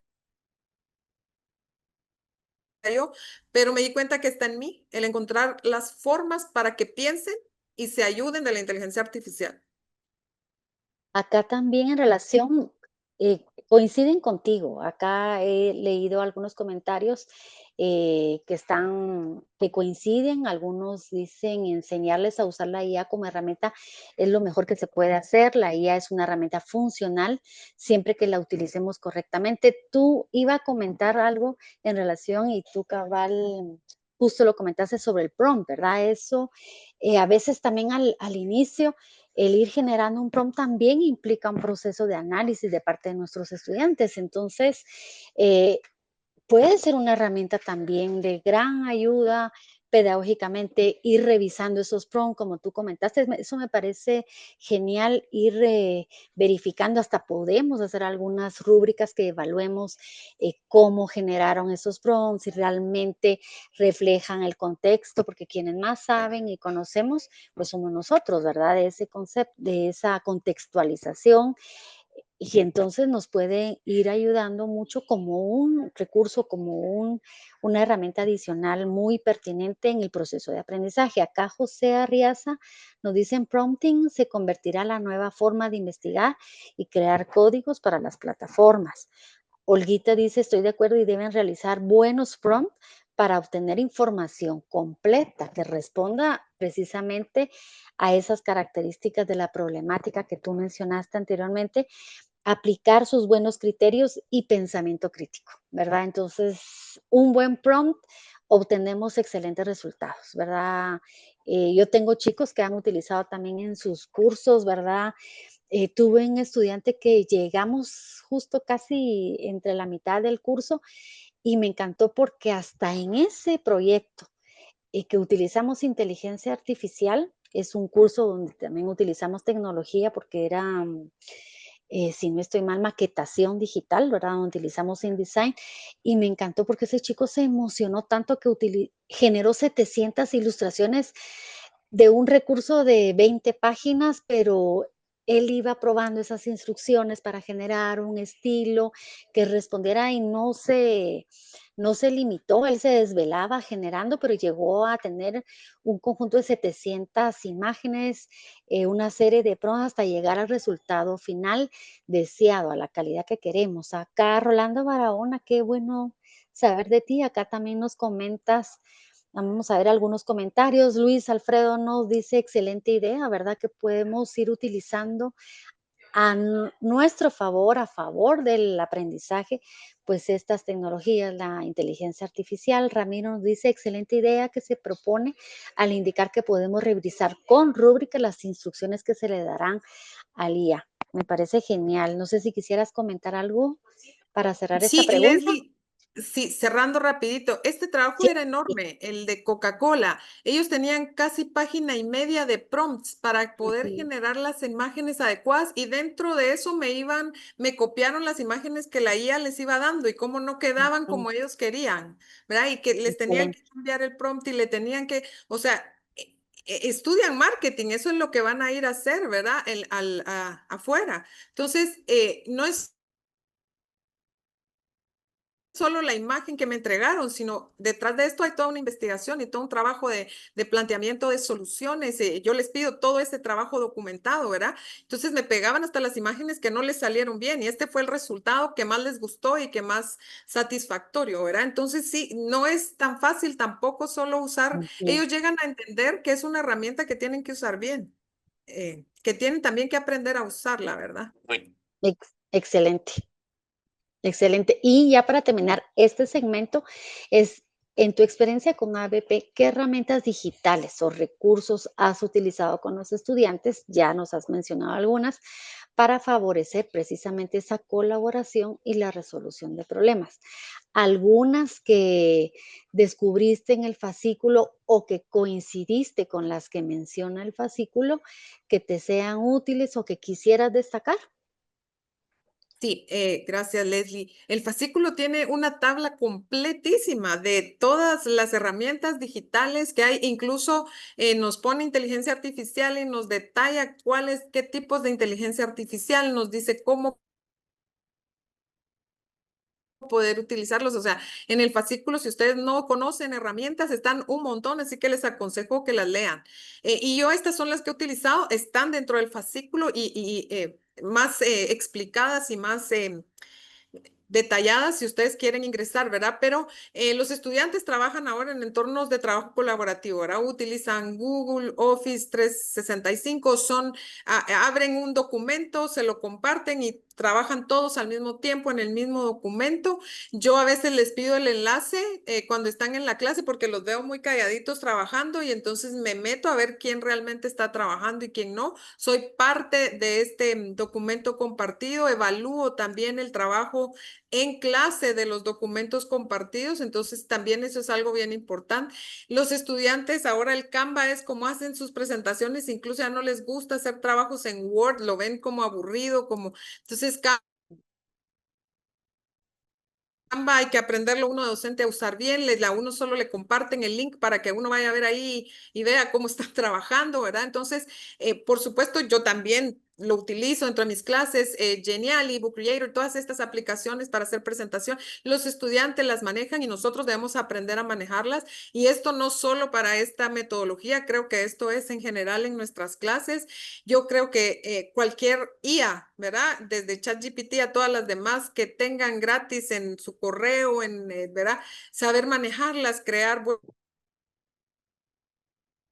buenos prompts, nosotros de docentes tenemos que hacerlo también, saber evaluarlo, conocer los términos, hacer un buen prompt. O sea, yo creo que herramientas digitales hay un número enorme, está en nosotros aprender. Sé que nos han dado 1000 cursos por todos lados y que algunos ya están cansados. Sé que algunos experimentamos resistencia de que ya no queremos saber más. Me he dado cuenta que también los estudiantes ya tanto jueguito y tanta cosa en el aula ya no les gusta tanto, les gusta más ellos utilizar las herramientas y que las puedan implementar ellos en el aula, en sus presentaciones, en sus trabajos, en la forma, ¿verdad? Entonces, eso es lo que yo fomento más, que ellos las usen, que ellos las apliquen y yo que me compartan el enlace, yo poder estar ahí supervisando y trabajando con ellos de la mano, ¿verdad? Em, en esto de las metodologías activas, creo que las herramientas herramientas son una herramienta que no debe ser solo una forma de dar clases, sino una forma en que todos trabajemos de la mano con los estudiantes y estar todos juntos ahí. No me quiero extender, Leslie, porque herramientas de verdad vayan al fascículo, tiene tablas y tablas y ejemplos y les da todas las herramientas digitales que ustedes puedan. Yo puse estas porque son las que a mí me gustan y las que puedo y manejo y me gusta trabajar con los estudiantes, pero yo creo que en esta metodología cualquier herramienta digital, el fascículo nos da infinidad, podemos aplicarla dentro de nuestras clases, cualquier clase, cualquier metodología. Excelente. Muchísimas gracias, Rosario. Y pues vamos ya en la curva final de nuestro seminario web y nos queda un segmento más de reflexión sobre el ABP y su impacto en la formación integral. Acá pues tenemos docentes que dan CFSI, me pareció interesante también su interés por ir conectando con estas nuevas metodologías que a veces creemos como que imposibles, ¿verdad? Pero vemos cómo podemos incluso adaptarlas para que funcionen muy bien en nuestra práctica. Entonces, más allá de los contenidos de la asignatura y los resultados académicos, ¿de qué manera consideras tú, Rosario, que el ABP contribuye a la formación integral de los estudiantes? Desarrollando, ya algunos han comentado la importancia de ir desarrollando la autonomía, la creatividad y esa capacidad para poder resolver problemas complejos. Eh, Mire, Leslie, para mí todo va de la mano en esta metodología, o sea, todas esas habilidades y competencias las desarrollan porque las tienen que desarrollar y el que no la desarrolla, pues lamentablemente se queda atrás, ¿verdad? Em, yo creo que los conecta con la realidad. Eso es algo bien importante, como les digo, que sean empresas reales, que sean problemas reales, que ellos sientan que pueden resolver cosas reales en el entorno laboral. Ponen en práctica sus valores, sus habilidades y conocimientos, porque incluso en algunas soluciones, yo he tenido grupos en donde algunos quieren hacer trampa, dicen ellos, y llegan conmigo, licenciadas, que quieren hacer trampa. Yo le digo, bueno, ¿cómo quieren hacer trampa, verdad? Veamos qué es trampa y lo evaluamos la situación y vemos. Entonces, ellos solitos van viendo cómo funciona, porque así van a tener compañeros de trabajo que van a querer hacer cosas que van en contra de sus valores, cómo defenderlos, cómo imponerse ellos ante las situaciones. Y ahí es también el desarrollo del pensamiento crítico, el desarrollo de las habilidades interpersonales, ¿verdad? Em, en esto, para mí, comprenden que el feedback y la retroalimentación es parte de la vida profesional. A algunos al principio no les gusta, odian que les diga lo que están haciendo mal. Yo les digo siempre que son áreas de mejora, no es que lo estén haciendo mal, sino que lo pueden mejorar y que lo pueden hacer mejor. Al final, les hago ver que sus gerentes y sus jefes no van a ser así tan amables como yo. Que el feedback es parte de y que es importante recibirlo y eso les ayuda a ellos a descubrir su seguridad, a descubrir que necesitan saber más para poder recibir mejor ese feedback. Descubren comunidades dentro y fuera de la universidad, dependiendo del problema que les pongamos. A veces trabajamos con empresas reales, yo los mando a que busquen empresas reales también, que puedan trabajar con alguna persona dentro de la empresa y entonces ellos ya se sienten parte de las organizaciones, parte de esa otra comunidad, ¿verdad? Desarrollan habilidades blandas como la comunicación asertiva, la empatía, la resiliencia, la gestión del tiempo, la inteligencia emocional, que para mí, yo doy ese curso, entonces yo soy coach también, como mencionó Leslie, entonces para mí esta parte es sumamente importante porque son habilidades que estas generaciones no tienen. No tienen y les hace muchísima falta. Por eso es que les llaman los cristalitos y los millennials, los no sé qué. Y entonces todas estas generaciones que tenemos en el aula, porque yo ahorita, por ejemplo, tengo a los de último año, pero tengo carnet 18, carnet 17, ¿sí? Y 22, 20, 21, ¿verdad? Entonces tengo varias generaciones ahí, entonces cómo ellos pueden desarrollar eso y cómo aprenden unos de otros, incluso entre ellos trabajan diferentes, se ven diferentes. Entonces, para mí, estas formas de aprender y desarrollar son enormes en el aula, es el conocerse, el interactuar, el obligarlos a trabajar en equipo, que se relacionen, es sumamente enriquecedor, Leslie. Excelente, muchísimas gracias, Rosario. Acá Luis Alberto nos hace una consulta. Dentro de los descargables del webinario estaba este fascículo, pero creo que no tiene relación. Precisamente fue el anterior webinario y que Rosario también ha ido compartiendo de acuerdo con esta metodología, el cómo poder trabajar en colaboración. Acá se refería también a interdisciplinas. Algún docente por ahí, no sé si iba pensando en esta idea de que algunas facultades y como abriendo caminos, ¿verdad? Entre los departamentos también da para, esta metodología puede trabajarse muy bien para poder trabajar con equipos multidisciplinarios, interdisciplinarios, ¿verdad, Rosario? Así es. Hay otras universidades donde, por ejemplo, hay otra forma de salida de que se gradúan y es un trabajo interdisciplinario. Y el objetivo de ese trabajo final, digamos, es resolver un problema también, ¿verdad? Esa es una forma y trabajan estudiantes de ingeniería con estudiantes de nutrición, con estudiantes de todas las facultades y resuelven un problema y ese es el trabajo final. Y a mí me encanta esa metodología, es una forma de aplicar, obviamente mucho más grande y mucho más larga y detallada y precisa, pero sí, sería buenísimo que en la universidad se pudiera trabajar de esta forma, no solo trabajos de salida, sino trabajos en clases donde en diferentes facultades que se dé la misma clase y que los estudiantes pudieran trabajar entre ellos, sería maravilloso, sería muy enriquecedor para la metodología y para ellos. Bueno, ya la universidad lo está implementando, por eso hemos Excelente. trabajado desde el SEAT este tipo de fascículos, este tipo de recursos como el seminario web, porque dentro del nuevo modelo educativo también, ¿verdad? La investigación-acción, este tipo de Buenísimo. nuevas opciones. Y hay, creo que acaban de inaugurar una, no recuerdo ahorita si es una maestría o es un posgrado sobre investigación, no recuerdo ahorita qué facultad es, pero con esta metodología de trabajar interdisciplinariamente. Entonces ya hemos estado implementando, es también cuestión de que nosotros como comunidad docente podamos ir abriendo caminos, nos pongamos de acuerdo, queramos experimentar, porque todo es parte de, ¿verdad? Tú has utilizado mucho ese término de adaptación, yo creo que eso es parte, es un principio clave para poder tener este éxito. Acá Axel nos comenta, estos trabajos interdisciplinarios los trabaja él como un proyecto final, ya que, y me han evaluado la vicerrectoría académica, eso me alegró mucho. Excelente, Axel. Es un doctorado, acá nos dice Esli que sí, es un doctorado precisamente donde va a implementar esta metodología.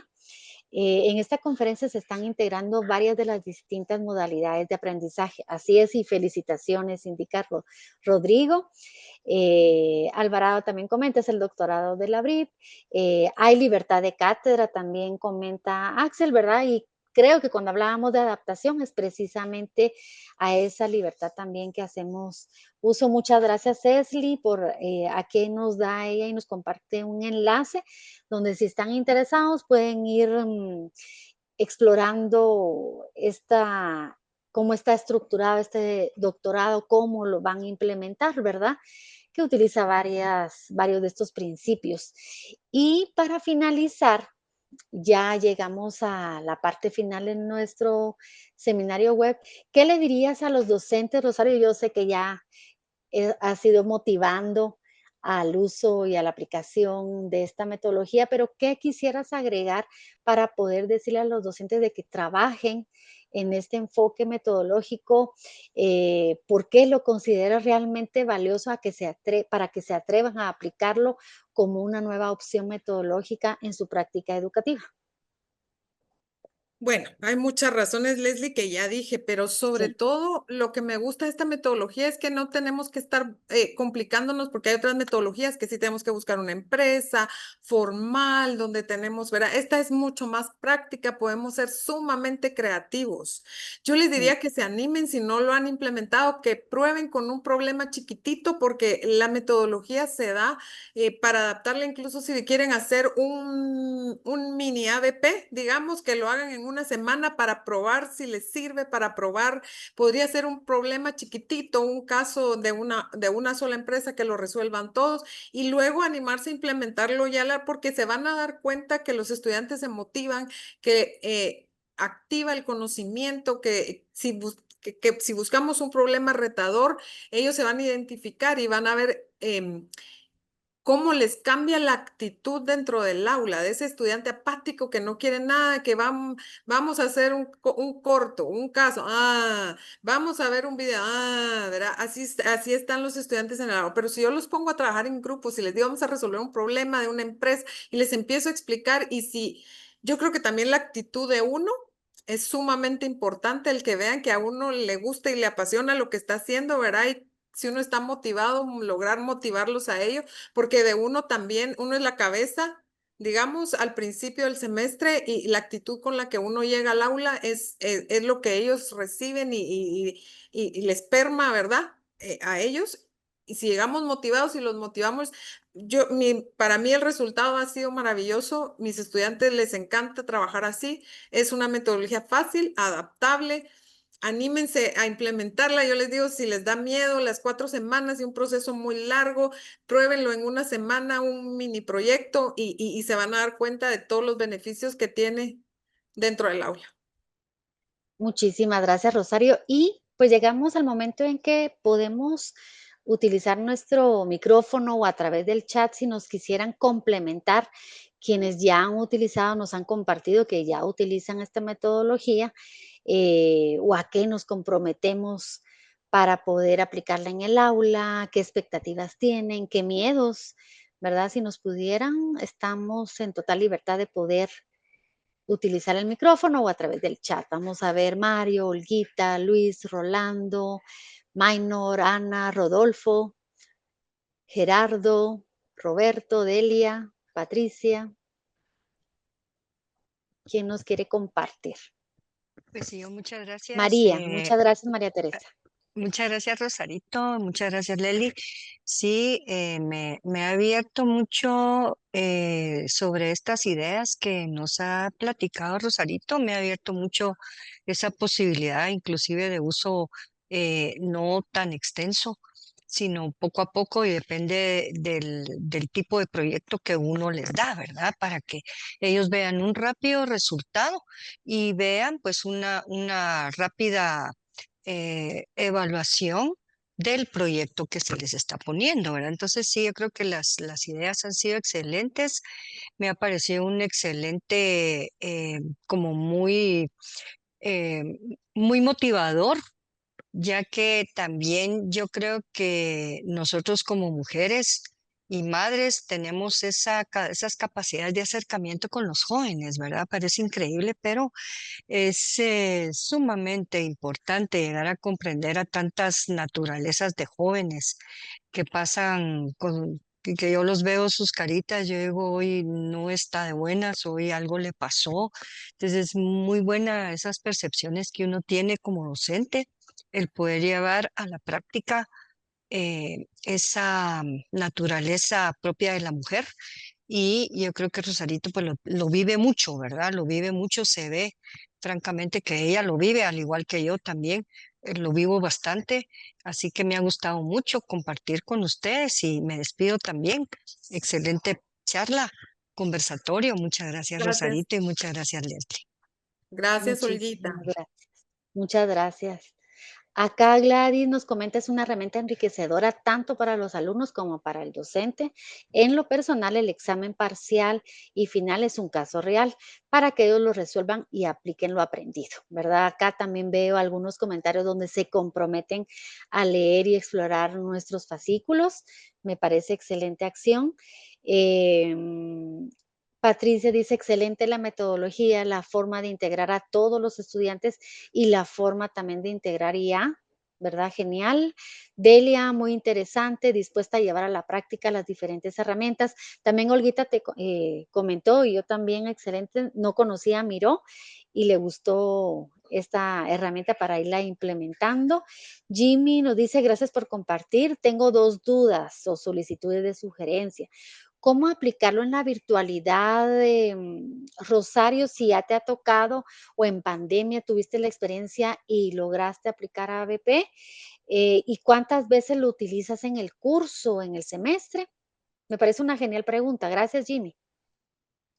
Sí lo he implementado una sola vez, no tenía esta metodología de forma virtual.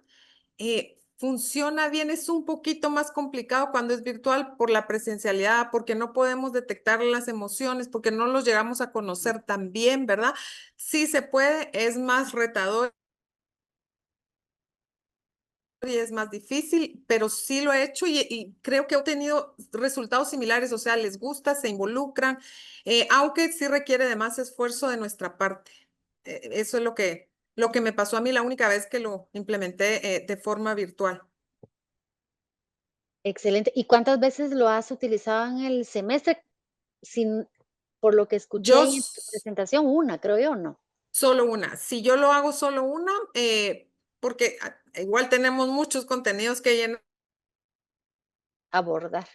¿Verdad? Tenemos que cumplir con el programa, tenemos que, pero sí creo que se podría en ciertos cursos hacer varias veces. Yo lo hago a veces cortito en una clase, la metodología la uso en una clase, obviamente no es la metodología como tal, pero sí lo he hecho en pequeñas formas, digamos, pero la metodología formal del aprendizaje basado en problemas, una vez lo he hecho en el semestre. Sí, que incluso al resolver un problema podemos ir incorporando varios contenidos, ¿verdad, Rosario? Así Excelente. Acá también es, María así Teresa nos es. dice que un aspecto importante en esta metodología es precisamente la retroalimentación para los avances y que se sientan los estudiantes, que sientan que dan una solución funcional. Acá Ernesto nos dice excelente actividad, muy innovadora. Saludos desde Shela. ¿Alguien más? Vamos a ver. No sé si habrá alguien más. Eh, Creo que ah, Rodrigo Sánchez quiere hablar. Leslie, perfecto. tiene, ti- Bienvenido. Sí, muy tiene buenas levantada su noches. mano. Sí, buenas noches, apreciados colegas, apreciadas. Definitivamente mencionaba la maestra Rosel, eh, y yo lo he vivido en las clases del AFI. El alumno ya no, él desea ser el actor de su misma formación, ya no es aquel esquema de los que somos de la sub 70. Que era monodireccional, ¿verdad? El maestro a los alumnos. Hoy el alumno quiere ser el artífice de su propia formación y con todo respeto recomiendo a los demás colegas pues que permitan eso, pues que el mismo alumno él haga su formación, porque y así evitamos de que estén viendo el celular, ¿verdad? Porque ese es algo que es una lucha que tenemos todas las veces que damos clases. Bueno, yo ahorita estoy dando clases presenciales, pero igual me imagino que en las clases no presenciales, virtuales, la tentación es tal vez más alta, ¿va? Como no me está viendo el maestro, voy a seguir viendo mi celular, ¿verdad? Pero si a ellos les damos la oportunidad de que, pues, sin abusar de ese recurso, de que ellos sean los artífices de su propia formación. Muchas gracias y feliz noche. Gracias, Rodrigo. Buenas noches. Luis Alfredo nos pregunta si hay alguna bibliografía que le recomendemos, principalmente en el área de cómo se evalúa. El fascículo tiene los recursos, hay enlaces a documentos, hay enlaces a buenas prácticas y al final pues hay unas referencias que pueden ir revisando y pueden ir comentando no solo, ir explorando no solo cómo se aplica la metodología, sino también su evaluación. Ahí lo pueden ir encontrando y si no, pues más adelante también comunicarse con el SEAD, pero el fascículo es una herramienta que integra todos estos recursos. Karen dice, buenas Perdón, noches. Leslie, el SEA también tiene un curso de evaluación y nos enseña Exacto. enseñan a evaluar y a crear herramientas generales para todas las metodologías. Entonces, también sería interesante que nos metamos al curso de evaluación, ¿verdad? Donde nos dan herramientas y nos enseñan a crear evaluaciones. Es muy bueno también ese curso del SEA. Excelente. Acá también nos dice, el trabajo es ahora ver cómo conciliar esto con las ciencias duras, más cuando el presaber es vital para iniciar el curso. Habla de física, matemática, químicas y otras materias, ¿verdad? Luis Alberto nos dice que no usen el celular, que no usen la IA, es una batalla perdida, definitivamente, de acuerdo con Luis, pero por eso está de acuerdo con la propuesta de la Magíster Rosell de aprovechar estos recursos en nuestras prácticas, ¿verdad? Nos pregunta Gladys, gracias por la pregunta, que era lo siguiente, ¿verdad? ¿Dónde pueden calificar la capacitación? Por favor, en el portal de este curso, en la parte superior izquierda, hay unos iconos de estrellas. Ahí agradecemos sus comentarios, sus observaciones, porque nos ayudan a seguir creciendo como equipo para brindarles una serie de actividades que vayan acorde a todos sus intereses y entonces bienvenidos, ¿verdad? Yo también, antes de indicarles que coloquen la asistencia, ya pueden, por favor, integrar su asistencia para que luego puedan tener acceso a su certificación. Le quiero agradecer mucho a Rosario por compartir sus experiencias, sus prácticas muy generosas y muy valiosas para poder seguir creciendo en comunidad docente. Muchísimas gracias, Rosario. No sé si quisieras comentar algo adicional, Gracias aunque por acá la oportunidad.